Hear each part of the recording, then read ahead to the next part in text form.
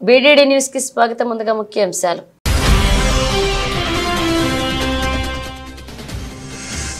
America టూర్లో జెలెన్స్కీతో ప్రధాని మోదీ భేటీ. Ukraine సంక్షోభాన్ని పరిష్కరించేందుకు భారత్ సహాయం చేసేందుకు సిద్ధంగా ఉందన్న మోదీ.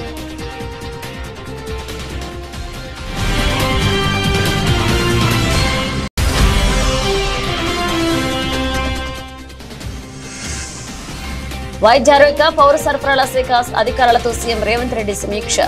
కుటుంబ డిజిటల్ కార్డుల జారీకి కార్యాచరణ చేపట్టాలన్న సీఎం.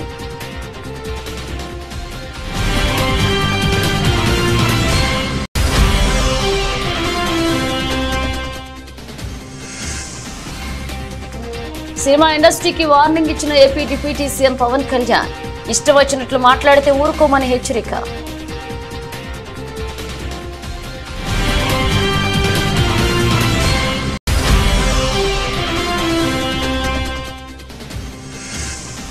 గవర్నర్ జిష్ణుదేవ్ వర్మను కలిసిన మంత్రి సీతక్క. ములుగు మున్సిపాలిటీ బిల్లుతో పాటు పెండింగ్ లో ఉన్న బిల్లులకు ఆమోదం తెలపాలని కోరిన మంత్రి.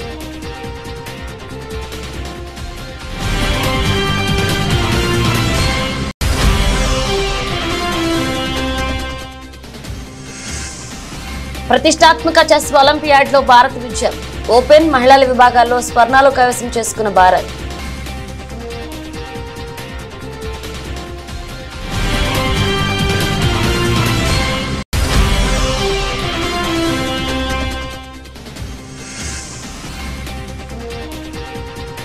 ఫస్ట్ టైం 85,000 మార్కులు దాటిన సెన్సెక్స్ 26,000కు చేరువలో నిఫ్టీ.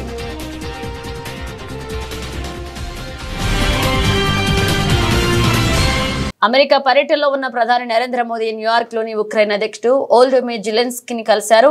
ఆ ఇద్దరు ద్వైపాక్షిక చర్చల్లో పాల్గొన్నారు. నెలల రోజుల వ్యవధిలోనే ఆ ఇద్దరు రెండవసారి భేటీ అయ్యారు. ఆగస్టు 23వ తేదీన ఉక్రెయిన్ లో మోదీ పర్యటించిన విషయం తెలిసిందే. రష్యాతో జరుగుతున్న యుద్ధాన్ని నిలిపివేసేందుకు తగిన చర్యలు తీసుకున్నట్లుగా ఆ సమయంలో మోదీ హామీ ఇచ్చారు. తాజాగా న్యూయార్క్ లో జరుగుతున్న summit of the future meeting లో కలిశారు. ఇటీవలే జరిగిన భేటీ గురించి ఇద్దరు మాట్లాడుకున్నారు. ద్వైపాక్షిక సంబంధాలపై సంతోషం వ్యక్తం చేసుకున్నారు. ఉక్రెయిన్ లో ప్రస్తుతం ఉన్న పరిస్థితుల గురించి కూడా చర్చించుకున్నారు. దౌత్యం, చర్చల ద్వారా శాంతియుత పరిష్కారాన్ని ఆశిస్తున్నట్లుగా మరొకసారి ఉక్రెయిన్ వివాదంపై ప్రధాని మోదీ తెలిపారు. సంక్షోభాన్ని పరిష్కరించేందుకు భారత్ సహాయం చేసేందుకు సిద్ధంగా ఉన్నట్లుగా మోదీ చెప్పారు.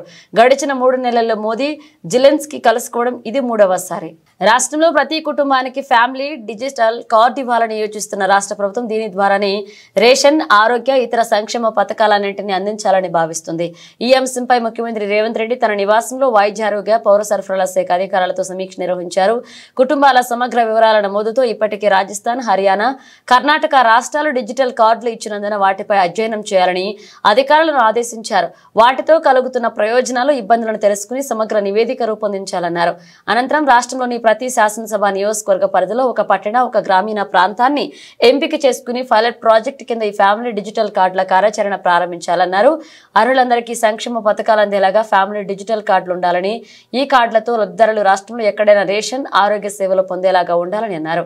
ఈ డిజిటల్ కార్డులో ప్రతి కుటుంబ సభ్యుడికి హెల్త్ ప్రొఫైల్ ఉండాలని, అది దీర్ఘకాలంలో వైద్య సేవలకు ఉపయోగపడుతుందని అభిప్రాయపడ్డారు. సినిమా ఇండస్ట్రీకి AP deputy CM Pawan Kalyan warning ఇచ్చారు. అయ్యప్ప స్వామి పైన దీక్ష చేస్తే ఇష్టం వచ్చినట్లు మాట్లాడుతున్నారని ఆగ్రహాన్ని వ్యక్తం చేశారు. అదే మీరు ఇస్లాం మీద గొంతు ఎత్తగలరా అని ప్రశ్నించారు. ఇస్లాం మతంపై మాట్లాడితే వాళ్ల రోడ్ల మీద తీసుకొచ్చి కొడతారనే భయం ఉంటుందని, కానీ హిందూ దేవుళ్లపై మాట్లాడితే ఎవరు ఏమి అనరనే ధీమాతో ఉన్నారని, ఇకపై ఇష్టం వచ్చినట్లు మాట్లాడితే ఊరుకోమని పవన్ కళ్యాణ్ హెచ్చరించారు. అయ్యప్ప స్వామి దీక్ష చేసే వాళ్ళ మీద ఎంత ఇష్టారాజ్యంగా మాట్లాడతారు. ఇదే మీరు ఎవరన్నా సరే ఇస్లాం మీద మీరు గొంతు ఎత్తగలరా? ఎందుకంటే రోడ్ల మీదకి వచ్చి కొడతారని మీకు భయం, అందుకు మీరు మాట్లాడరు. హిందువులు అంటే మెత్తని మనుషులు కదా, తోటి హిందువు కదా, మీరు ఏదైనా మాట్లాడచ్చు. మీకు నమ్మకాలు లేకపోతే మీరు ఇంట్లో కూర్చోండమ్మా. మీకు నమ్మకాలు లేకపోతే ఇంట్లోంచి బయటికి రాకండి, మమ్మల్ని ఏం అనకండి. మేము ఎలా పూజా విధానం ఎలా చేస్తాం, అలాగే ముఖ్యంగా ఫిల్మ్ ఇండస్ట్రీ కూడా నేను తెలియజేస్తా ఉన్నా. దీని మీద మీరు మాట్లాడితే మద్దతుగా మాట్లాడండి, లేదంటే మౌనంగా కూర్చోండి. అంతేగాని మీ మాధ్యమాల ద్వారా అపహాస్యం చేస్తే మటుకు ప్రజలు మిమ్మల్ని ఎవరు క్షమించరు. ఎందుకంటే చాలా డీప్ పెయిన్ ఇది. మీరు లడ్డు మీద జోక్లు వేస్తున్నారు. నేను ఒక సినిమా ఫంక్షన్లో కూడా చూశాను. Laddu is a sensitive issue అని. Don't you ever say that. Don't. Don't ever try day to say that please. Governor Jishnudev వర్మను మంత్రి సీతక్క కలిశారు. అనంతరం మంత్రి సీతక్క రాజ్భవన్ మీడియా పాయింట్ వద్ద మాట్లాడుతూ ములుగు మున్సిపాలిటీ బిల్లుతో పాటు పెండింగ్ లో ఉన్న ఇతర బిల్లులకు ఆమోదం తెలపాలని కోరినట్లుగా తెలిపారు. ఆదిలాబాద్ అంశాన్ని గవర్నర్ దృష్టికి తీసుకువెళ్లిన విషయాన్ని తెలియజేశామన్నారు. ఆదిలాబాద్, నాగర్ కర్నూలు, చెంచు ప్రాంతాల్లో పర్యటించాలని విన్నవించామన్నారు. జిష్ణుదేవ్ వర్మకు ములుగులో గ్రామాన్ని దత్తత తీసుకునే ఆలోచనలో ఉన్నారని మంత్రి తెలిపారు. దత్తత గ్రామాల లిస్ట్ గవర్నర్ కు పంపినట్లుగా పేర్కొన్నారు. ఆదిలాబాద్ జిల్లా పర్యటనకు గవర్నర్ సానుకూలంగా స్పందించారు. ములుగు మున్సిపాలిటీ బిల్లు ప్రస్తుతం రాష్ట్రపతి వద్ద ఉందని తెలిసిందన్నారు. ఈ విషయాన్ని సీఎం దృష్టికి తీసుకువెళ్తామని మంత్రి సీతక్క వెల్లడించారు. మా ములుగుకు సంబంధించినటువంటి ఒక రిప్రజెంటేషన్ వారికి అందజేయడం జరిగింది. అది ఆనాడు 2022లో 2022లో నాటి గవర్నమెంట్ బీఆర్ఎస్ గవర్నమెంట్లో ఆ ములుగును మున్సిపాలిటీగా చేస్తూ ఒక బిల్ పెట్టడం జరిగింది. ఆ బిల్లు చాలా రోజులు 2022లో బిల్లు పెడితే మరి ఆ బిల్లు గవర్నర్ దగ్గర పెండింగ్ ఉండడం జరిగింది. మేము తెలుసుకుంటే ఆ గవర్నర్ గారి కాడ నుంచి మళ్ళీ రాష్ట్రపతికి వరకు వెళ్ళడం జరిగిందని. కాబట్టి మా ములుగును మున్సిపాలిటీ చేస్తూ పంపినటువంటి ఆ బిల్లుకు తొందరగా మరి ఆమోదం తెలిపి ఇవ్వాలని వారిని కోరడం జరిగింది. ఆ బిల్లుతో పాటు ఇంకా 4-5 బిల్లులు గత గవర్నమెంట్ పంపడంతో మా ములుగు మున్సిపాలిటీ బిల్ కూడా పెండింగ్లోనే ఉంది. దీన్ని వారి దృష్టికి తీసుకెళ్తే వారు సానుకూలంగా స్పందించి తొందరలోనే వెరిఫై చేసి పరిష్కరిస్తామని చెప్పడం జరిగింది. అదేవిధంగా ఈ మధ్యకాలంలో ఆదిలాబాద్లో జరిగినటువంటి సంఘటనలు కూడా మరి వారు అడిగితే వారి దృష్టికి కూడా మేము తీసుకెళ్లడం జరిగింది. శాంతియుత వాతావరణాన్ని అక్కడ తీసుకురావడం కోసం కృషి చేస్తూనే అక్కడటువంటి ఆదివాసీ ప్రజల యొక్క సమస్యలు, ఇబ్బందులు కూడా వారు తెలుసుకోవడానికి ఆదిలాబాద్ జిల్లా కూడా ఒకసారి పర్యటించడానికి రావడానికి వారు కూడా సిద్ధపడ్డారు. మేము కూడా ఒకసారి వీలైతే గవర్నర్ అంటేనే గిరిజన ప్రాంతాల ప్రత్యేక పాలనా అధికారి వారికి ఉండేటువంటి అప్పుడు ఫిక్స్ షెడ్యూల్ లేదు. సో వారిని గతంలో మన ములుగు రావడం జరిగింది. ఈసారి ఆదిలాబాదు తర్వాత నాగర్ కర్నూల్లో మరి చెంచు ప్రాంతాన్ని కూడా వారు సందర్శించాలని కూడా మేము కోరినాము. ఎందుకంటే ఇలాంటి ప్రాంతాల యొక్క ప్రత్యేక అభివృద్ధి, ప్రత్యేక చొరవ వారి పరిధిలోనే ఉంటుంది కాబట్టి వాటిని కూడా పరిష్కరించాలని కోరడం జరిగింది. ఫస్ట్ గవర్నర్ గా రాగానే మొదటి పర్యటన మరి మా ప్రాంతానికి ఆ రోజు ములుగులో పెట్టుకోవడం జరిగింది. ములుగులో నైట్ అంతా కూడా చేయడం జరిగింది. ములుగు నుంచి ఒక విలేజ్ని కూడా వారు దత్తత తీసుకుంటా ఉన్నారు. మేము కొన్ని ప్రపోజల్స్ పంపినాము, ఒక 3-4 విలేజ్లు. అందులో వారు ఏది ఇష్టమో అంటే ఇంకా వాళ్ళ పద్ధతిలో వాళ్ళు చేయాల్సిన డెవలప్మెంట్కు ఏ ఊరైతే అనుకూలంగా ఉంటుంది, ఎట్లా చేయగలుగుతాం అనేది ఒక అంటే స్టడీ చేసి వాళ్ళు తొందరలోనే ఆ 3-4 గ్రామాలను ఒక గ్రామాన్ని ఎంచుకొని తొందరలోనే మరి అడాప్షన్ చేసుకొని డెవలప్ చేసుకోమన్నారు. తెలంగాణ రాష్ట్రంలో గూండా పాలన కొనసాగుతుందని మాజీ మంత్రి తన్నీరు హరీష్ రావు మండిపడ్డారు. మెదక్ జిల్లా శివంపేట మండలం గోమారం గ్రామంలో నేడు మీడియా సమావేశాన్ని నిర్వహించారు. ఎమ్మెల్యే వాకిటి సునీత లక్ష్మారెడ్డి ఇంటిపై కాంగ్రెస్ కార్యకర్తలు దాడిని ఆయన తీవ్రంగా ఖండించారు. కాంగ్రెస్ పార్టీ ఆదేశాల మేరకు కార్యకర్తలు టీఆర్ఎస్ నాయకుల ఇళ్లపై దాడులు చేస్తున్నారని ఆరోపించారు. రాయలసీమ ఫ్యాక్షనిజం తెలంగాణలో నడుస్తుందని ఆయన మండిపడ్డారు. ఎమ్మెల్యే నివాసంపై దాడి చేసిన దుండగులను వెంటనే అరెస్ట్ చేసి రిమాండ్ కు తరలించాలని ఆయన డిమాండ్ చేశారు. నేను పక్షంలోని డీజీపీ ఆఫీస్ ముట్టడి కార్యక్రమం నిర్వహిస్తామని హెచ్చరించారు. సునీత లక్ష్మారెడ్డి గారి ఇంటి మీద నిన్న కాంగ్రెస్ గుండాలు చేసినటువంటి దాడిని తీవ్రంగా ఖండిస్తా ఉన్నాం. ఈ రాష్ట్రంలో ప్రజా పాలన కాదు, ఈరోజు గుండా రాజ్యం నడుస్తా ఉంది.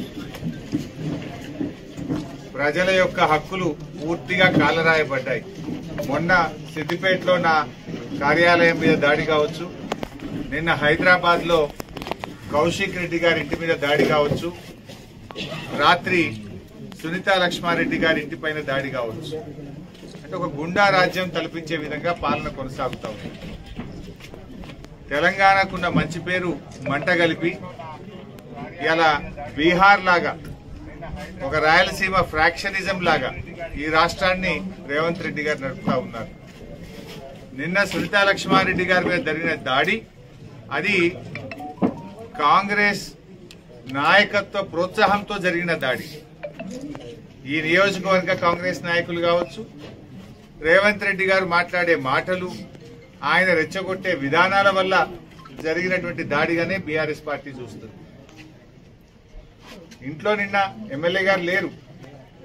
అర్ధరాత్రి పూట ఇటువైపు అసలు వినాయకుడిని ర్యాలీ తీసే సందర్భం గతంలో ఎప్పుడూ లేదు.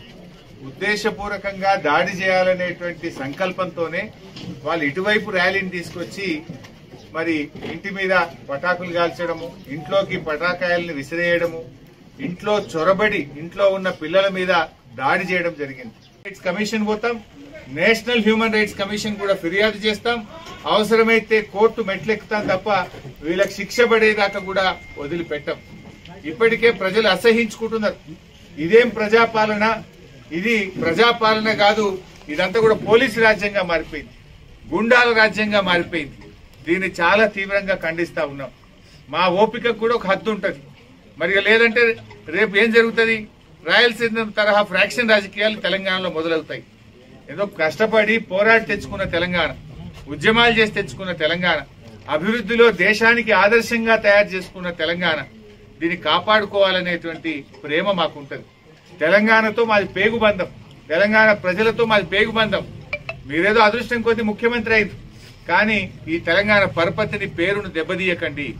లా అండ్ ఆర్డర్ మెయింటైన్ చేయండి, తప్పు చేసిన వారిని శిక్షించండి, గోమారం ఘటన మీద ఉన్నత స్థాయి విచారణ జరిపి తక్షణమే వాళ్ళను నాన్ బెయిలబుల్ సెక్షన్స్ పెట్టి అరెస్ట్ చేయాలని చెప్పి మేము డిమాండ్ చేస్తున్నాం. డాక్టర్ బిఆర్ అంబేద్కర్ కోనసీమ జిల్లా పి గన్నవరం నియోజకవర్గంలో అంబేద్కర్ చిత్రపటాన్ని అవమానించిన ఉండి ఎమ్మెల్యే రఘురామకృష్ణంరాజును తక్షణం బర్తరఫ్ చేయాలంటూ దళిత సంఘాల ఆందోళన చేపట్టాయి. పి గన్నవరం 3 రోడ్ జంక్షన్ లో నిరసన తెలిపారు దళితులు. రఘురామకృష్ణంరాజుపై చర్యలు తీసుకోవాలని డిమాండ్ చేశారు. ఆందోళనకారులు రఘురామకృష్ణంరాజు ఫోటోలు తగలపెట్టారు. అలాగే కాకినాడ రంగరాయ కళాశాల వైద్యులపై దురుసుగా ప్రవర్తించి పురుష పదాజలంతో దూషించిన కాకినాడ రూరల్ ఎమ్మెల్యే పంతం నానాజీని పదవి నుంచి సస్పెండ్ చేయాలని జనసేన పార్టీ అధినేత పవన్ కళ్యాణ్ ని దళిత సంఘాలు డిమాండ్ చేశాయి.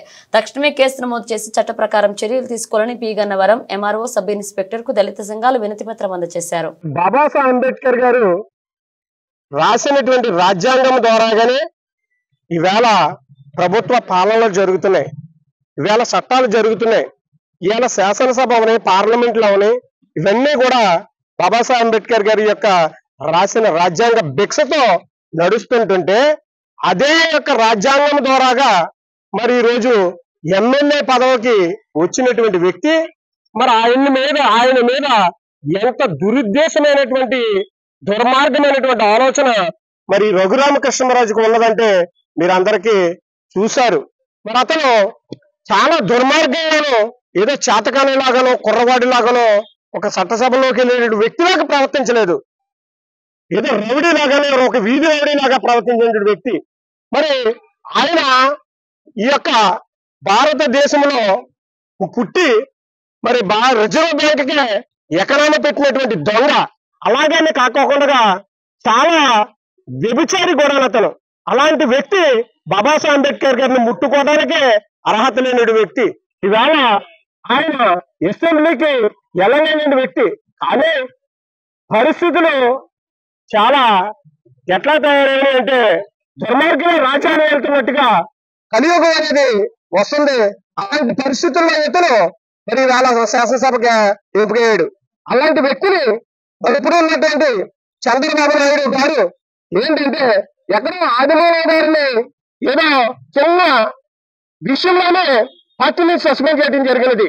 మరి ఇలా దేశాల్లోనూ ఒక ప్రపంచ మేధావిని అవమానించిన వ్యక్తి మరి అతని మీద చంద్రబాబు నాయుడు గారు ఇమీడియట్ గా పార్టీ నుంచి సస్పెండ్ చేయాలి, ఎమ్మెల్యే పదవి నుంచి రద్దు చేయాలి, అతన్ని అసెంబ్లీకి మెట్టెక్కను కూడా చేయాలి.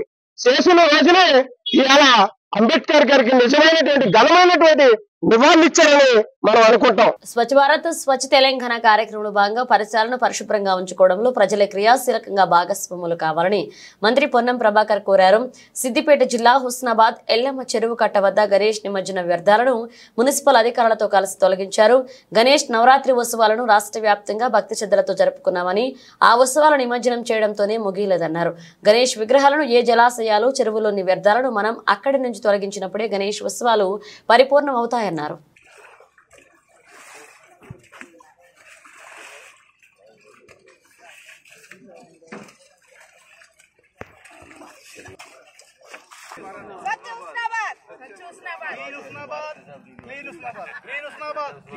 రాష్ట్ర వ్యాప్తంగా గణేశుడి నవరాత్రి వేడుకల్ని భక్తి శ్రద్ధలతో అత్యుత్సాహంగా సాంప్రదాయ పద్ధతుల్లో జరుపుకున్నాం. నవరాత్రుల తర్వాత ఊరేగింపులుగా జరిపి నిమజ్జనం కూడా చేయడం జరిగింది. ఆ ఉత్సవ కార్యక్రమం నిమజ్జనంతో ముగియలేదు. నిమజ్జనం తదుపరి కూడా వాటికి సంబంధించి మనం ఏ చెరువులనైతే ఏ జలాశయంలో అయితే తీసినామో అక్కడి నుంచి ఆ వ్యర్థాలను తొలగించినప్పుడే మన యొక్క గణేష్ నవరాత్రి ఉత్సవాల పరిపూర్ణత వస్తుంది. కాబట్టి తెలంగాణ వ్యాప్తంగా కూడా దయచేసి గణేష్ మండప నిర్వాహకులు ఎవరెవరైతే గణేష్ మండపాల నిర్వహణలో క్రియాశీలకంగా భాగస్వాములైనరో వాళ్ళే ఈరోజు మీ ప్రాంతంలో స్వచ్ఛ భారత్లో భాగంగా, స్వచ్ఛ తెలంగాణలో భాగంగా మీ వాడ మీ ఊరు బాగుండే విధంగా మీరే స్వయంగా పూనుకొని ఎక్కడైతే ఈ జలాశయాల లోపల గణేష్ నిమజ్జనాలు అయినాయో వాటి వ్యర్థాలను తొలగించే అంశం కావచ్చు, లేదా మీ ప్రాంతాల్లో మీ చుట్టుపక్కల పరిసరాల్లో ఈ సీజనల్ వ్యాధులు రాకుండా ఉండే విధంగా అవసరమైనటువంటి పరిశుభ్రమైన కార్యక్రమాలు శుభ్రంగా ఉంచుకోవడానికి సామాజికంగా గాంధీజీ ఇచ్చినటువంటి సూత్రానికి అనుగుణంగా మన పరిసరాలు మనమే పరిశుభ్రంగా ఉంచుకుందామనే విధంగా అందరూ కూడా భాగస్వాములు కావాలని తెలంగాణ రాష్ట్ర ప్రభుత్వ పక్షాన విజ్ఞప్తి చేస్తా ఉన్నాను. హుస్నాబాద్కు సంబంధించిన మున్సిపల్ పాలకవర్గం ఇందులో క్రియాశీలకంగా వ్యవహారం చేస్తూ ఉన్నారు. పట్టణ ప్రజలు కూడా అందరూ ఇంక్లూడింగ్ శానిటేషన్ సిబ్బంది కూడా గతంలో అక్టోబర్ నాడు వాళ్ళందరికీ సన్మానం చేయడం జరిగింది. ఆ విధంగా ఇక్కడ స్థానిక ప్రజలు కూడా సహకారం కావాలి. ప్రభుత్వం మాత్రమే కార్యక్రమాలు తీసుకుంటే విజయవంతం అనేటువంటిది కాదు. కాబట్టి ప్రజల భాగస్వామ్యాన్ని మేము మరొక్కసారి స్వచ్ఛ ప్రాంతం మీ యొక్క ప్రాంతం స్వచ్ఛతగా పరిశుభ్రంగా ఉండడానికి మీరే క్రియాశీలకంగా పూనుకోమని అందరూ కూడా హృదయపూర్వకంగా విజ్ఞప్తి చేస్తారు. నేరాల నియంత్రణ కోసమే కమ్యూనిటీ కాంట్రాక్ట్ ప్రోగ్రాం నిర్వహిస్తున్నట్లుగా గోదావరి కని వంశీ ఇంద్రసేనారెడ్డి తెలిపారు. పెద్దపల్లి జిల్లా గోదావరి కని విఠల్ నగర్ లో కమ్యూనిటీ కాంట్రాక్ట్ ప్రోగ్రాం నిర్వహించారు. ఈ సందర్భంగా సరైన పత్రాలు లేని 98 ద్విచక్ర వాహనాలు 4 ఆటోలను సీజ్ చేశారు. అక్రమంగా తరలిస్తున్న 10 లీటర్ల గుడుంబ మద్యం సీసాలను స్వాధీనం చేసుకున్నారు. ఈ సందర్భంగా సీఐ మాట్లాడుతూ ప్రజలకు భద్రతా భరోసా కల్పించడానికి ఇలాంటి కార్యక్రమాలు చేపడుతున్నట్లుగా తెలిపారు. ఎవరైనా కొత్త వ్యక్తులు అనుమానాస్పదంగా కనిపిస్తే పోలీసులకు సమాచారం అందించాలన్నారు. అందరికీ నమస్కారం. ఈరోజు మన గోదావరి కని 1 టౌన్ పరిధిలోని విఠల్ నగర్ ఏరియాలో కమ్యూనిటీ కాంట్రాక్ట్ ప్రోగ్రాం నిర్వహించడం జరిగింది. ఇక్కడ ఎక్కువ మంది సింగరేణి ఎంప్లాయీస్, అదేవిధంగా సింగరేణిలో లేబర్ పని చేసుకునే వాళ్ళు వివిధ జిల్లాల నుంచి వివిధ రాష్ట్రాల నుంచి వచ్చి ఇక్కడ ఉంటారు కాబట్టి వారి యొక్క ఎవరున్నారు ఇక్కడ ఏంది అని చెక్ చేయడం జరిగింది. ఈ ఏరియాలో చాలా వరకు మనకు వెహికల్స్ కానీ అదేవిధంగా లిక్కరు ఐబీ లిక్కర్ కూడా దొరకడం జరిగింది. 10 లీటర్ల గుడుంబ కూడా మనం ఇక్కడ పట్టుకోవడం జరిగింది. కాబట్టి ఈ ఏరియాలో ఉన్న ప్రజలకు ముఖ్యంగా తెలియజేసేది, ఎవరైతే మీరు మీ ఇండ్లను రెంట్కి ఇస్తూ ఉన్నారో ఖచ్చితంగా ఆ రెంట్కి తీసుకునే పర్సన్స్ ఎవరనేది మనం చెక్ చేసుకోవాలి. వాళ్ళ యొక్క ఐడి ప్రూఫ్స్ కూడా ఖచ్చితంగా కలెక్ట్ చేసుకోవాలి. అదేవిధంగా ఈ సైబర్ నేరాలపైన, సోషల్ మీడియాలో వచ్చే సమస్యల పైన, సైబర్ నేరాలకు సంబంధించి ఏ విధంగా ఫ్రాడ్స్ జరుగుతున్నాయి అని పబ్లిక్ తెలియజేయడం జరిగింది. అదేవిధంగా సీసీ కెమెరాలకు సంబంధించి కూడా చాలామంది రిక్వెస్ట్ చేశారు ఇక్కడ సీసీ కెమెరాలు ఏర్పాటు చేయాలని. ఇక్కడ ఉన్న దాతలను మేము మాట్లాడి పోలీస్ పరంగా వాళ్ళతో మాట్లాడి సీసీ కెమెరాలు పెట్టించే ప్రయత్నం ఇక్కడ చేస్తామని చెప్పడం జరిగింది. అదేవిధంగా వెహికల్కి సంబంధించి రోడ్ యాక్సిడెంట్లకు సంబంధించి కూడా డిస్కస్ చేయడం జరిగింది. వాళ్ళందరికీ కూడా ప్రమాదాలు ఏ విధంగా జరుగుతున్నాయి, వాటిని ఎట్లా మనం అధిగమించవచ్చు అనేది. పాలకుర్తి నియోజకవర్గంలోని కాంగ్రెస్ నాయకులపై గాని తమకు సంబంధం లేని విషయాలపై రాజకీయాలు చేస్తే ఊరుకోమని ఎమ్మెల్యే ఎస్ఎస్పీ రెడ్డి అన్నారు. జనగామ జిల్లా దేవరొప్పల మండల కేంద్రంలోని కాంగ్రెస్ పార్టీ కార్యాలయంలో మీడియా సమావేశాన్ని నిర్వహించారు. ఈ సమావేశంలో Palakurthi MLA SSP Reddy, incharge Jhansi రెడ్డిలు పాల్గొన్నారు. అనంతరం మాట్లాడుతూ బెదిరించి అక్రమంగా డబ్బులు వసూలు చేస్తున్న వారిపై పార్టీ వదిలిపెట్టదన్నారు. గత ప్రభుత్వ హయాంలో అక్రమంగా కేసులు పెట్టారని మండిపడ్డారు. అసలు ఎవరి మీద కేసులే పెట్టలేదంట. ఇది ఎంత మటుకు నిజము? ఏం మాట్లాడుతుండ్రు కేసులు పెట్టలేదని? ప్రచారానికి ఎలక్షన్స్ ముందు ప్రచారంకి పోయినప్పుడు ప్రతి ఊర్లో బిడ్డ మా పిల్లల మీద కేసులు పెట్టిండ్రు, వృద్ధపుణ్యానికి ఏ తప్పు చేయలే కానీ కేసు పెట్టిండ్రు అని ఏడ్చిన వాళ్ళు పెద్ద మనుషులు చాలా మంది ఉన్నారు. రౌడీ షీట్లు ఓపెన్ చేసిండ్రు, అటెంప్ట్ మర్డర్లు పెట్టిండ్రు. ఇంకా సర్పంచ్లు, కాంగ్రెస్ సర్పంచ్లు ఎక్కడైనా ఉంటే సస్పెండ్ చేయడం కాదు, ఏకంగా వాళ్ళని తీసేసిండ్రు. అయితే అది మళ్ళీ వెళ్ళి మా వాళ్ళు ఏదో చేసుకొని ఇచ్చేసిండ్రు. కానీ ఇంకా ఇట్లా చెప్పుకుంటా పోతే వీళ్ళకి చాలా ఉన్నాయి.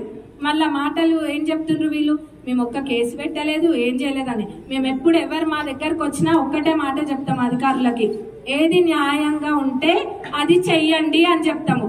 వీళ్ళ లెక్క కేసులు పెట్టి రౌడీ షీట్లు ఓపెన్ చేసే గుణం మాది కాదు.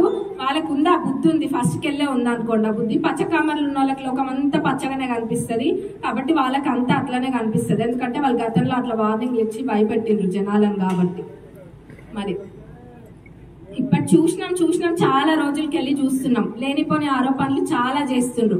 కానీ అన్ని కూడా హద్దు మీరిపోయినాయి. మొన్న చెప్తుండ్రు ఈ రోజే లాస్ట్, మంచిగా నిద్ర ఉండని చెప్పిండ్రు. ఈ రోజు నిద్రపోతాం, రేపు నిద్రపోతాం, మీకు నిద్ర లేకుండా తప్పకుండా చేస్తాం. మంచిగా మా పని ఏదో మేము చూసుకుంటున్నాం ఎట్లా పనులు చేయాలని. కానీ ఎటువంటి తప్పు లేకుండా ఆరోపణలు చేసిండ్రు కదా. ఇప్పుడు ఎవరెవరు ఎక్కడెక్కడ ఏమేమి చేసిండ్రో అన్ని వెళ్తాయి, బయటకు వెళ్తాయి.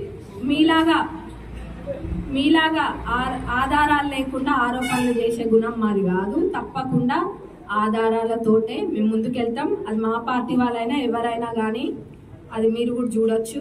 హైదరాబాద్ లో మంగళవారం ఉదయం ఐటీ దాడులు కలకలం రేపాయి. తెల్లవారుజాము నుంచి ఐటీ అధికారులు సిటీలో మొత్తం 10 చోట్ల సోదాలు చేపట్టారు.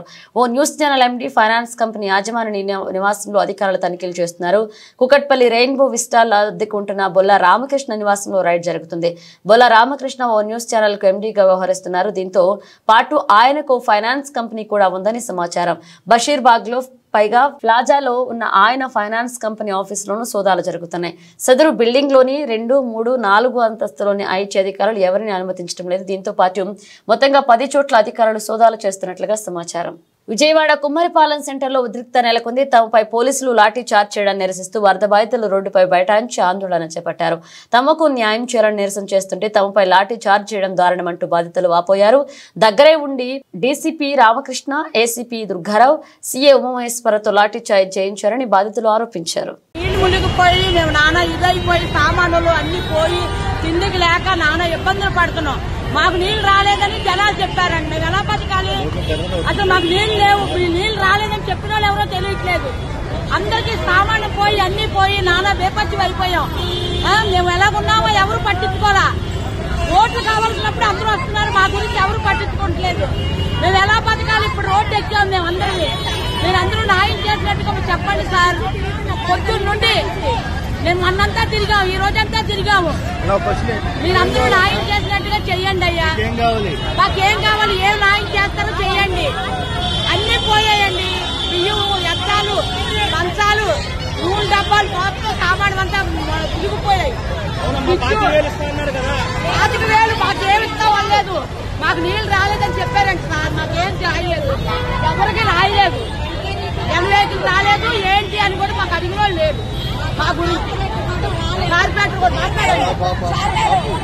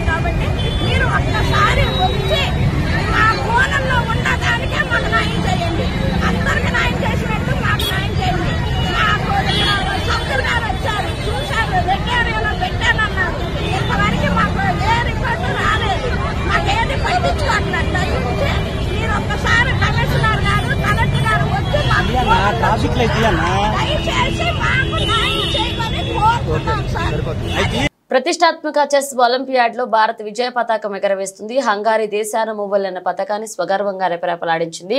ఇన్నాళ్లు అందరినీ ద్రాక్షగా ఊరిస్తూ వచ్చిన ఒలింపియాడ్ లో పసిడి పతక ధమాకాతో కొత్త చరిత్ర లిఖించింది.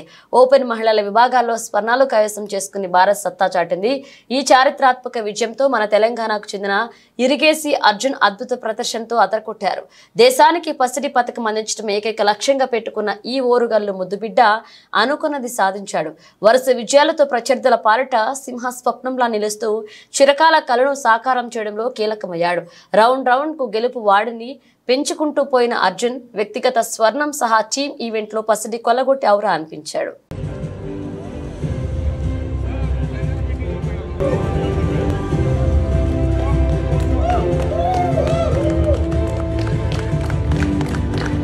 ఒలింపియాడ్లో భారత men women teams gold medal గెలిచినందుకు గర్వంగా ఉందని చెస్ గ్రాండ్ మాస్టర్ ప్రజ్ఞానంద అన్నారు. తమ గెలుపుతో మరింత మంది ఈ ఆటలోకి వస్తారని ధీమా వ్యక్తం చేశారు.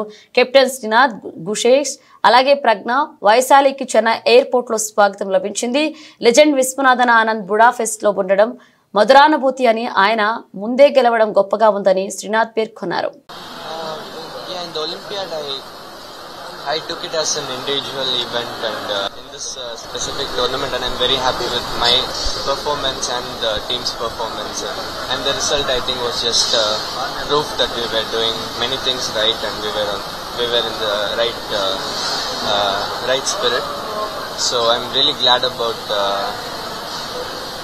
about everything that happened in Budapest and the form heading into World Championship. For now I'm quite happy. There's still couple of months left and I will try to work harder and be fully ready for it. దేశీయ stock మార్కెట్లు మరొక ఉన్నత శిఖరానికి చేరుకున్నాయి. సెన్సెక్స్ మొదటిసారి 85,000 మార్కును దాటింది. Nifty సరికొత్త జీవనకాల గరిష్టాలను తాకింది. అంతర్జాతీయ మార్కెట్ల నుంచి సానుకూల సంకేతాలు వస్తుండడమే ఇందుకు కారణం. మంగళవారం దేశీయ స్టాక్ మార్కెట్ల నష్టాలతో ప్రారంభమై తరువాత క్రమంగా లాభాల్లోకి వెళ్లాయి. అమెరికా ఫెడరల్ రిజర్వ్ వడ్డీ రేట్లను భవిష్యత్తులోనూ తగ్గించే అవకాశాలుండడం, ఆసియా మార్కెట్లు ఆశాజనకంగా ట్రేడ్ అవడంతో సెన్సెక్స్ మరొక మైలురాయి 85,000 దాటింది. ఎనర్జీ, బ్యాంకింగ్, వాహన రంగ షేర్ల నుంచి లభించిన మద్దతుకు తోడు గ్లోబల్ మార్కెట్లు లాభాల్లో ముగియడం కలిసొచ్చింది. మంగళవారం ఉదయం 10:05 గంటల సమయానికి బొంబాయి స్టాక్ ఎక్స్చేంజి సూచి సెన్సెక్స్ 80.74 పాయింట్లు పెరిగి 85,009.35 వద్ద, జాతీయ స్టాక్ ఎక్స్చేంజి నిఫ్టీ 50 సూచి 29.15 పాయింట్లు వృద్ధి చెంది 25,968.20 వద్ద కొనసాగుతుంది.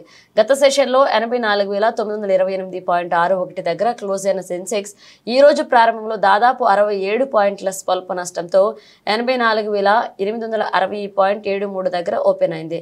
సోమవారం 25,939 దగ్గర ఆగిన నిఫ్టీ ఈ రోజు 18 పాయింట్లు తగ్గి 25,921.45 స్థాయి వద్ద ప్రారంభమైంది. ఉదయం 9:30 గంటల సమయంలో సెన్సెక్స్ 59 పాయింట్ల నష్టపోయి 84,853 వద్ద చేరింది. నిఫ్టీ 50 సూచి 10 పాయింట్ల కుంగి 25,930 వద్ద ట్రేడ్ అయింది. ఆ తర్వాత క్రమంగా పుంజుకున్నాయి. బులెటిన్ ముగించే ముందు హెడ్లైన్స్ మరోసారి.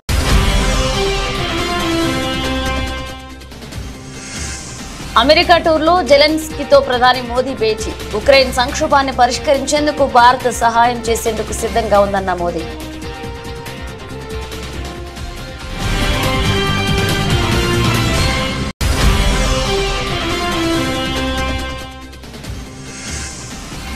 వైద్య ఆరోగ్య పౌర సరఫరాల శాఖ అధికారులతో సీఎం రేవంత్ రెడ్డి సమీక్ష. కుటుంబ డిజిటల్ కార్డుల జారీకి కార్యాచరణ చేపట్టాలన్న సీఎం.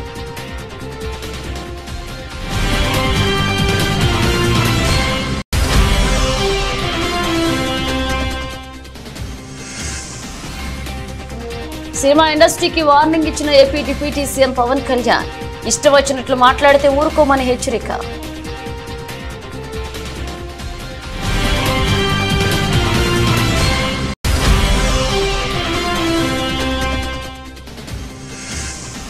గవర్నర్ జిష్ణుదేవ్ వర్మను కలిసిన మంత్రి సీతక్క. ములుగు మున్సిపాలిటీ బిల్లుతో పాటు పెండింగ్ లో ఉన్న బిల్లులకు ఆమోదం తెలపాలని కోరిన మంత్రి.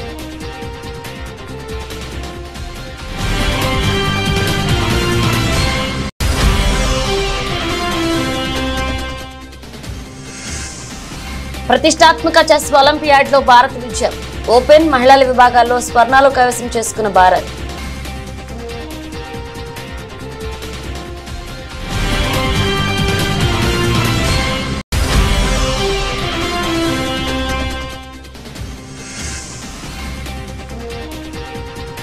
ఫస్ట్ టైం 85,000 మార్కులు దాటిన సెన్సెక్స్ 26,000కు చేరువలో నిఫ్టీ.